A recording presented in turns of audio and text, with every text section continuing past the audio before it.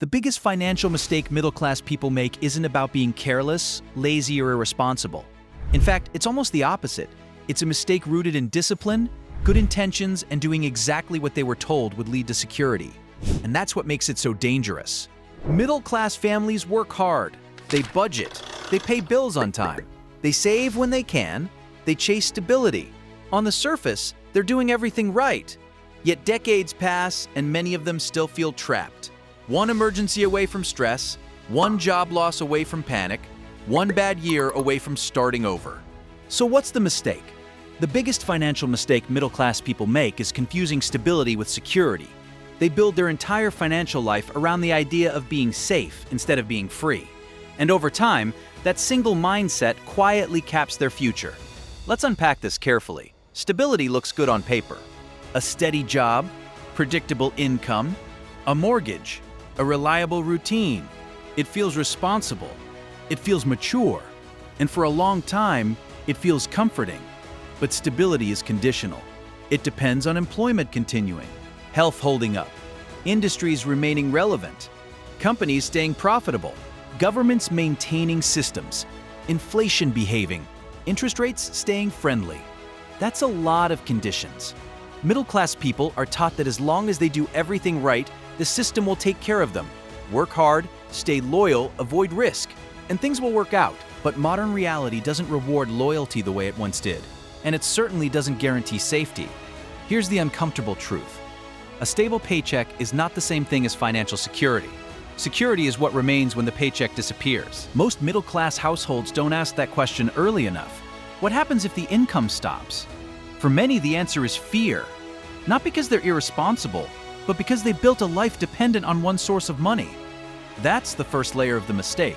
The second layer is even more subtle. Middle-class people often put their best financial years into liabilities disguised as achievements. The house, the lifestyle upgrades. None of these are bad by themselves. The problem is priority. Buying a home is often treated as the ultimate financial milestone, a symbol of success, and emotionally, it makes sense. But financially, it can become a trap if it consumes the majority of income without producing cash flow. A house you live in doesn't pay you. It costs you. Mortgage, maintenance, taxes, insurance, repairs. Yet many middle-class families pour most of their savings into it, believing they're investing, when in reality, they're locking money into something illiquid that doesn't create income. At the same time, they delay or avoid building assets that actually generate cash flow. This leads to a dangerous imbalance: high fixed expenses, low flexibility, and little margin for error. Here's a question worth pausing on.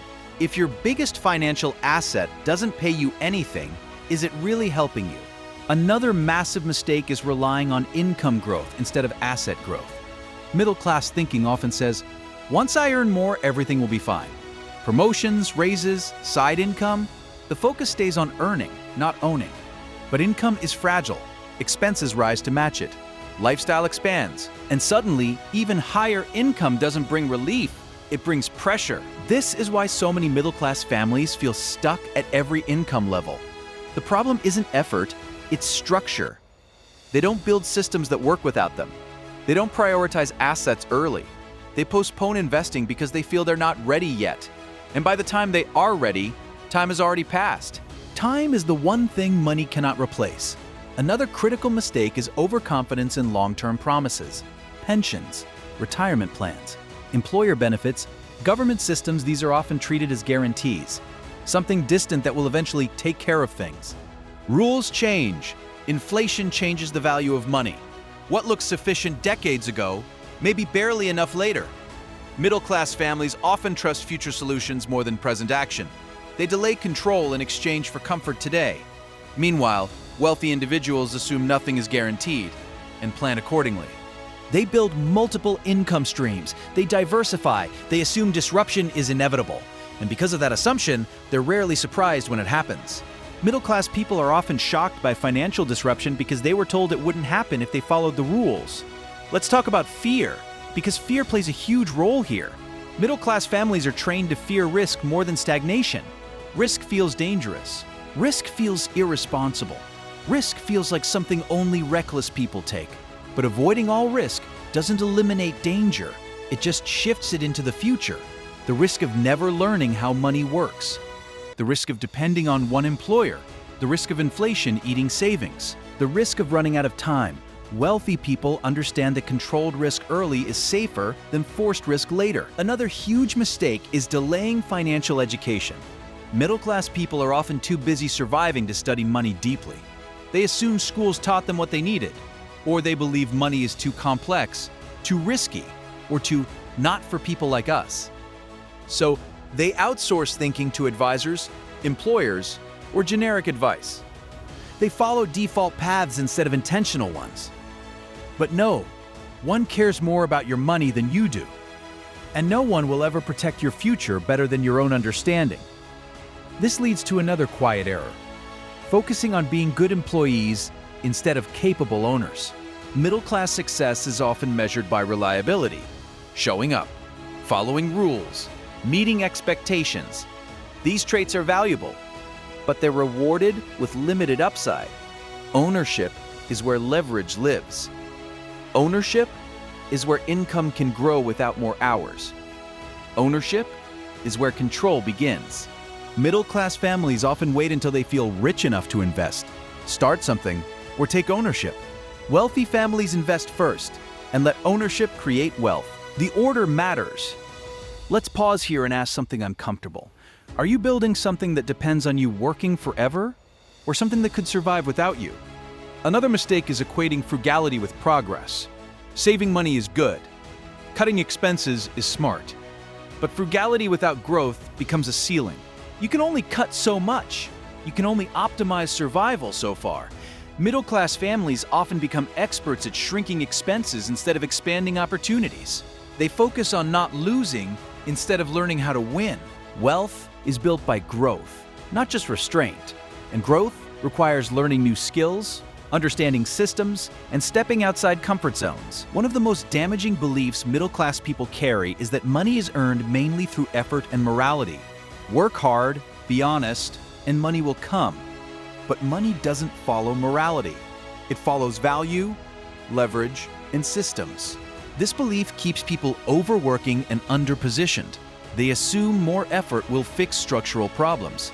It rarely does. Let's talk about lifestyle inflation, because it's a silent killer. As income rises, expenses rise automatically. Better car, better neighborhood, better everything. Each upgrade feels earned. Each one adds pressure. Middle-class families often upgrade their lifestyle before upgrading their assets.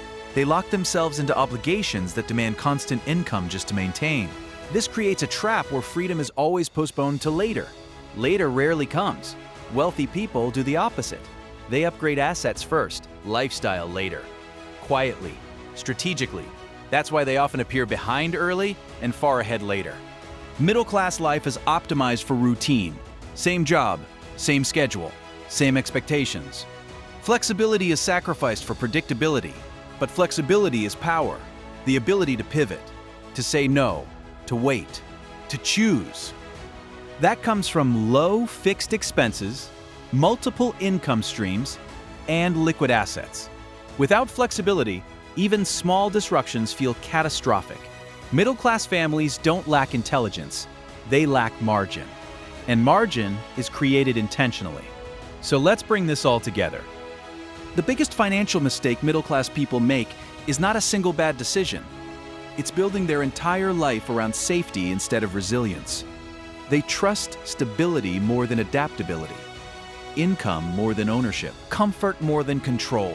And none of that feels like a mistake in the moment. It feels responsible. But years later, it shows up as stress, limitation, and regret. The solution isn't extreme risk or reckless behavior. It's awareness. It's education. It's shifting priorities earlier rather than later. Using income to build assets. Using stability as a launch pad, not a destination. Using comfort to fund learning, not complacency. Here's the final question, and it's an important one. If everything stayed exactly the same for the next 10 years, would your financial life get better or just older? That answer tells you whether you're building security or just maintaining stability, because stability feels good today, but resilience protects tomorrow. And the moment you stop chasing safety and start building strength, your entire financial future begins to change, quietly, steadily, and permanently.